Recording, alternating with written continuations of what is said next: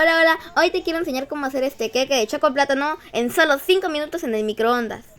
Hola amiguitos, hoy es el cumpleaños de mi mamá y para sorprenderla le quiero hacer un quequito chiquito en microondas, súper fácil de hacer. Pues les voy a pasar la receta porque es bastante fácil y les va a sacar de muchos apuros.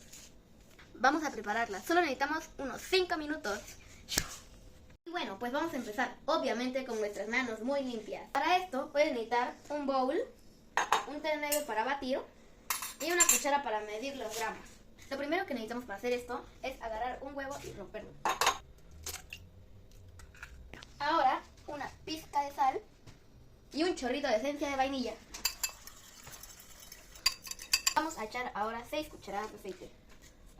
1, 2, 3, 4, 5 y la última 6. Vamos a echar 5 cucharadas de azúcar.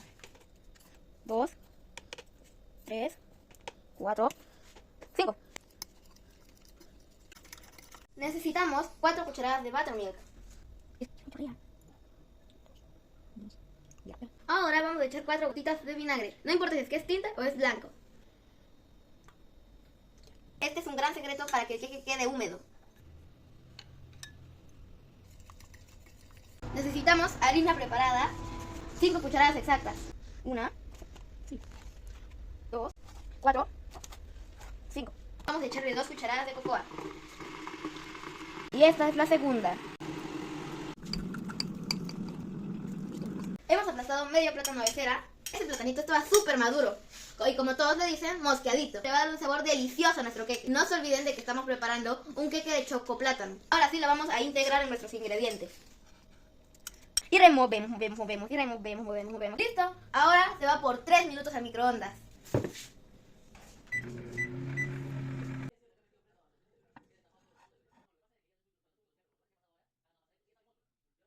Y bueno amigos, pues después de 3 minutos, así es como nos quedó.